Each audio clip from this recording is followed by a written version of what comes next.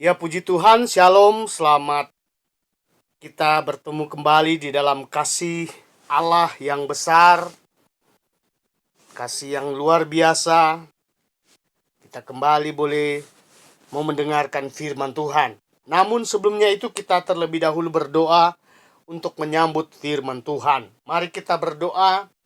Tuhan Allah yang ada di dalam sorga, kami datang bersyukur kepadamu karena Engkau baik dalam hidup kami sehingga kami boleh melewati hari ini dan waktu-waktu yang sudah berlalu di belakang kami. Kalau kami sampai ada hari ini semua karena penyertaan Tuhan, pemeliharaan Tuhan yang ajaib dan luar biasa. Kami bersyukur Tuhan masih memberi kesempatan kepada kami untuk boleh mendengarkan firman Tuhan. Urapi hamba-Mu supaya dapat berkata-kata seturut kehendak dan kemauan-Mu Bapa. Bapa yang baik, urapi kami semua supaya ketika kami mendengarkan firman Tuhan, benar-benar kami konsentrasi menyimak apa pesan Tuhan hari ini. Terima kasih Bapa. Kami sambut firman-Mu dalam nama Yesus. Haleluya. Amin. Puji Tuhan, Bapak Ibu, jemaat yang saya kasih dalam Tuhan Yesus Kristus, dan para pendengar renungan firman Tuhan pada kesempatan ini. Saya percaya kita semua ada dalam karunia Tuhan, perlindungan dan pemeliharaan Tuhan. Tuhan Yesus baik bagi kita semua, sehingga kita boleh masih diberi kesempatan untuk menjalankan hidup ini. Waktu-waktu yang Tuhan beri adalah waktu-waktu yang indah bagi kita. Tapi sebagai umat dan hamba Tuhan, mari kita pergunakanlah waktu-waktu dengan baik yang Tuhan berikan bagi kita. Kita harus memiliki waktu berhubungan dengan Tuhan dan juga dapat berkomunikasi dengan Tuhan dan juga sesama kita.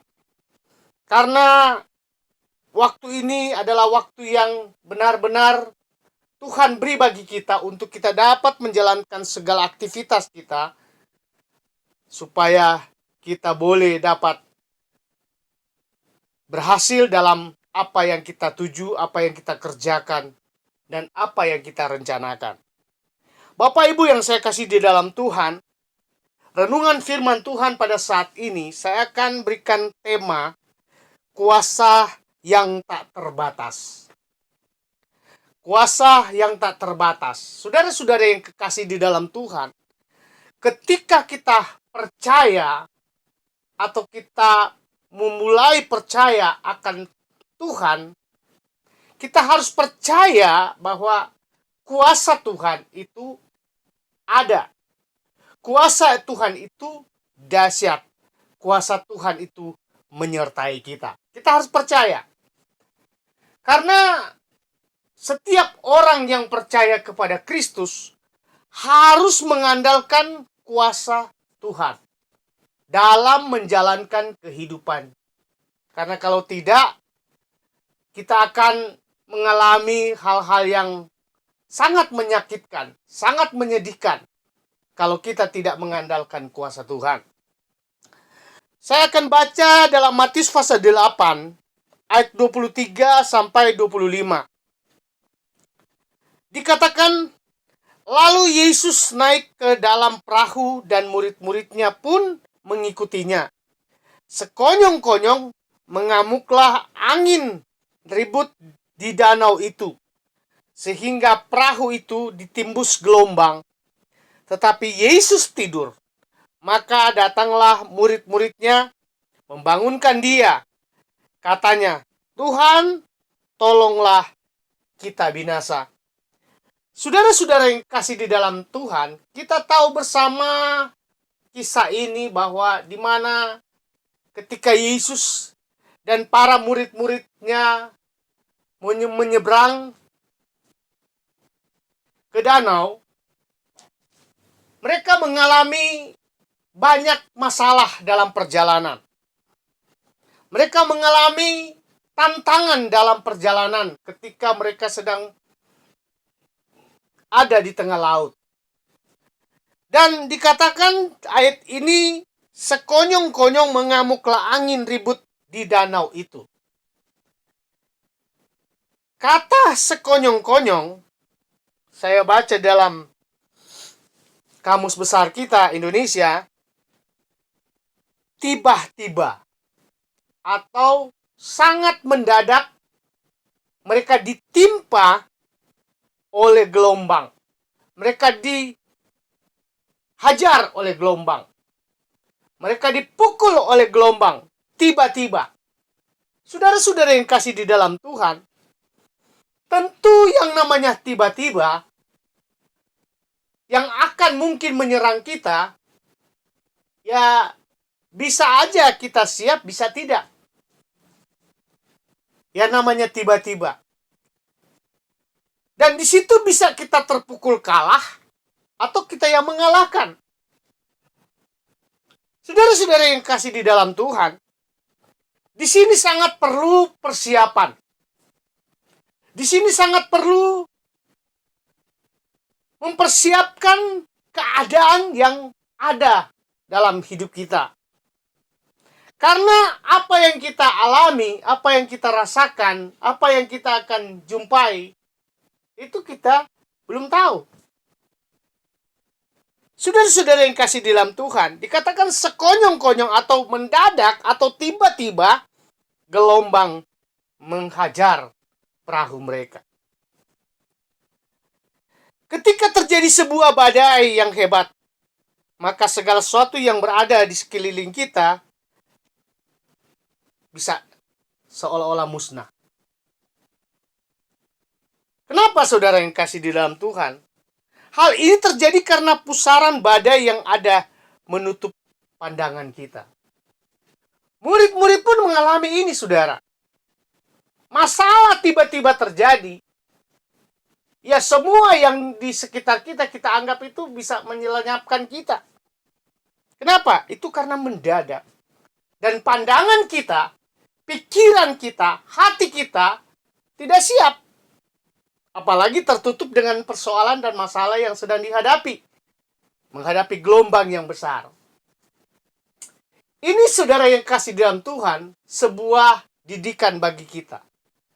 Sebuah ajaran bagi kita, sebagai orang yang percaya, sebagai umat Tuhan, harus siap sedia menghadapi gelombang yang tiba-tiba. Murid-murid pada waktu itu mereka kaget, walaupun mereka punya pengalaman yang besar. Ya Petrus ada di sana, yang biasa melaut. Tapi yang namanya tiba-tiba pasti mengagetkan. Dan mereka kesulitan untuk mengendalikan gelombang atau perahu juga yang mereka tumpangi pada waktu itu. Dan akhirnya kita baca selanjutnya mereka minta tolong kepada Yesus untuk meredakan gelombang itu. Saudara-saudara, demikian halnya yang terjadi terkadang menimpa pikiran kita. Ketika kita menghadapi berbagai kesulitan dan masalah, kita kelabakan. Kenapa? Karena memang manusia sulit untuk mempersiapkan yang baik dan benar untuk menghadapi masalah. Masa sukar berbicara badai hidup di depan kita. Kita harus hadapi.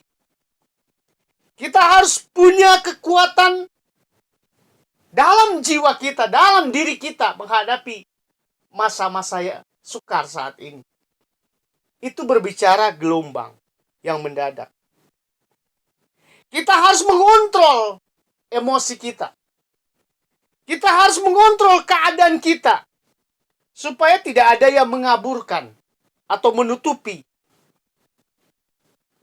jalan keluar yang Tuhan berikan dalam hidup kita. Kita harus mengontrol cara berpikir kita. harus jernih, supaya apapun yang kita hadapi hari-hari ini, kita mampu dan dapat menyelesaikan. Saudara, gelombang besar ini sekali lagi berbicara masalah di hari-hari ini. Kalau saudara mungkin mulai mengalami kesulitan dalam menyelesaikan masalah, jangan lari kepada siapa-siapa. Jangan cari kekuatan di dunia ini. Jangan cari kekuatan yang ada di sekitar kita. Tapi mari panggil nama Yesus. Murid-murid tepat sekali. Ketika mereka tidak dapat mampu lagi menghadapi masalah yang mereka hadapi, gelombang yang mendadak tiba-tiba, mereka cari Yesus. Mereka bangunkan Yesus. Mereka memanggil Yesus. Hal yang sama pun harus terjadi dalam diri kita. Harus kita lakukan dalam diri kita ketika kita menghadapi badai. Karena kita tahu bersama, tentu dalam badai ini ada rancangan Allah yang terbaik bagi kita. Memang harus kita hadapi badai ini. Karena Tuhan juga akan mau memperlihatkan kuasanya, memperlihatkan mujizatnya. Kita tahu bersama ketika Yesus bangun dari tempat tidur, di mana dia tidur, Yesus menghardik, menunjukkan ada mujizat. Menunjukkan ada kuasa Allah yang mampu menghalau semua persoalan hidup. Ingat, dalam dia melakukan kuasa mujizat, dia mengajak kita membuka pikiran kita untuk memahami kebenaran Allah, untuk memahami tujuan Allah. Supaya kita tetap percaya bahwa di dalam Yesus ada mujizat, ada kuasa Allah, ada kekuatan yang luar biasa, ada kuasa yang tak terbatas. Tapi banyak orang boleh lupa kepada kekuatan Allah itu. Lupa kepada mujizat Tuhan Yesus. Ingat, Allah kita adalah Allah yang Maha Tahu. Sehingga Ia tahu langkah-langkah mana yang harus kita ambil dan kita laksanakan agar kita bisa keluar dari masalah kita. Allah tahu keadaan kita. Jika kita ada di tengah-tengah badai gelombang hidup, air mata, kesedihan, ingat, ada kekuatan Allah yang sampai hari ini itu masih ada. Ada mujizat. Harus kita percaya. Harus kita datang meraih kuasa dan mujizat itu untuk menolong kita. Untuk mengalihkan keadaan kita dari masalah datang kepada kebaikan atau lepas dari masalah. Kita harus ingat bahwa Tuhan memiliki jalan yang baik, jalan yang hidup, jalan yang luar biasa untuk kita. Tidak ada pilihan lain, kita harus cari jalan Tuhan. Kita minta hikmat Tuhan, tidak ada jalan lain. Kita minta kuasa Tuhan, kita minta kekuatan Tuhan untuk menolong kita pada hari-hari ini. Dalam Yesaya pasal 55 ayat 8 dan 9 dikatakan Sebab rancanganku bukanlah rancanganmu, dan jalanmu bukanlah jalanku. Demikianlah firman Tuhan. Seperti tingginya langit dari bumi, demikianlah tingginya jalanku dari jalanmu, dan rancanganku dari rancanganmu. Saudara-saudara yang kasih di dalam Tuhan, Allah punya kekuatan melakukan rancangannya yang terbaik bagi kita.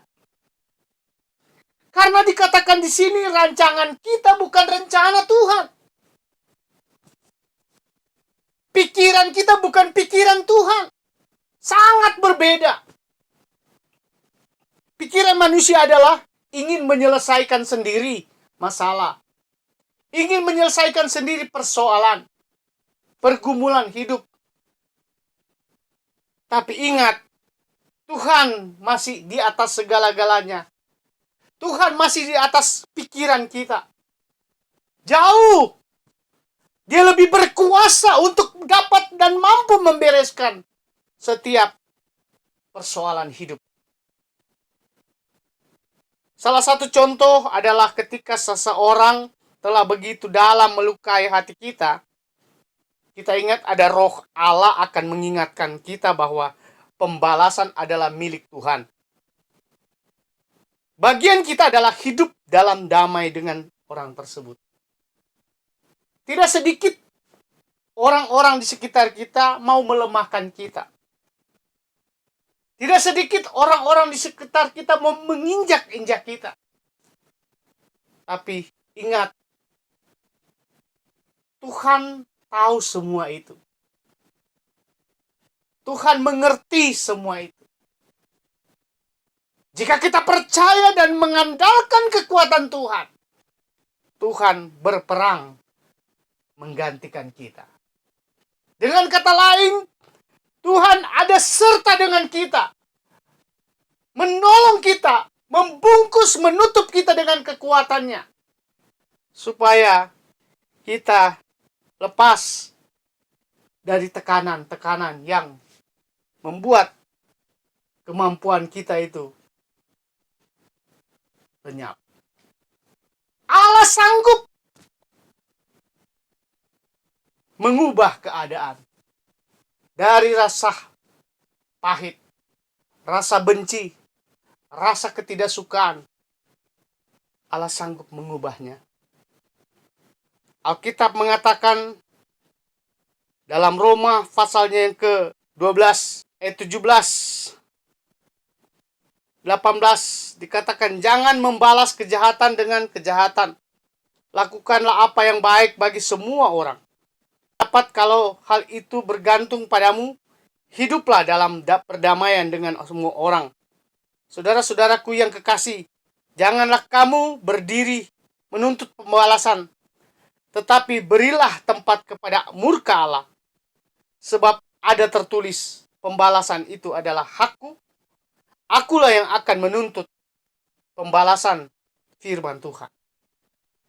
Jadi jika ada serangan badai dari pihak-pihak yang mungkin menyerang hidup kita, manusia, seperti gelombang tiba-tiba mendadak, ingat Alkitab mengatakan ada Tuhan siap membalaskan semuanya itu. Jangan kita bertindak dengan pikiran kita. Jangan kita bertindak dengan akal-akal kita. Tapi bertindaklah memanggil nama Yesus.